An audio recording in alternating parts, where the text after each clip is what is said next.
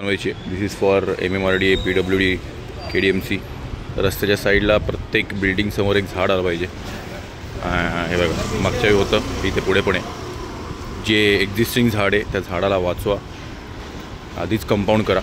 हे असं राईट पुढे पण आहे बघाल, इथे पण ठेवलं आहे. आणि प्रत्येक ठिकाणी प्रत्येक बिल्डिंग समोर जर जागा ठेवाच तर खूप छान होईल. हे बघा इथे पण एक जागा ठेवली आहे.